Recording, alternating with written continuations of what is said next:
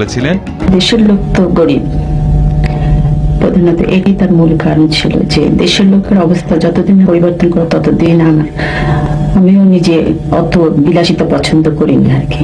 আমার ছেলেদেরও কোনো সময় কোনো বেশি কাপড় চোপড় সে পছন্দ করতো না। আমরা সবসময় রেশনের চালই খাই, মাইনা যা পেতেন, সত্যি কথা বলতেন না, মাইনা ছিল বোধহয় পে স্লিপ যা আসতো হয়তো 2200 বোধহয়, উনি 10% আবার দিয়ে দিতেন। তো তার মধ্যে থেকে আমাকে সে 2000 টাকা দিত, ওর মধ্যেই আমার সংসার চালাতে হতো। আমার ছেলেদেরও কোনো সময় কোনো রকম বেশি কাপড় চোপড় সে পছন্দ করতো না।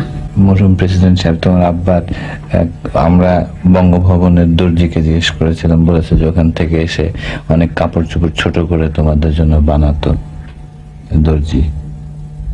এরকম কিছু মনে আছে তোমাদের?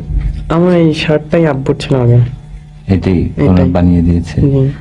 তোমার মনে আছে কোকো এরকম কোন? আমার দুটো প্যান্ট ছোট করে বানিয়ে দিয়েছে। তোমার আব্বার প্যান্ট ছোট করে বানিয়ে দিয়েছে।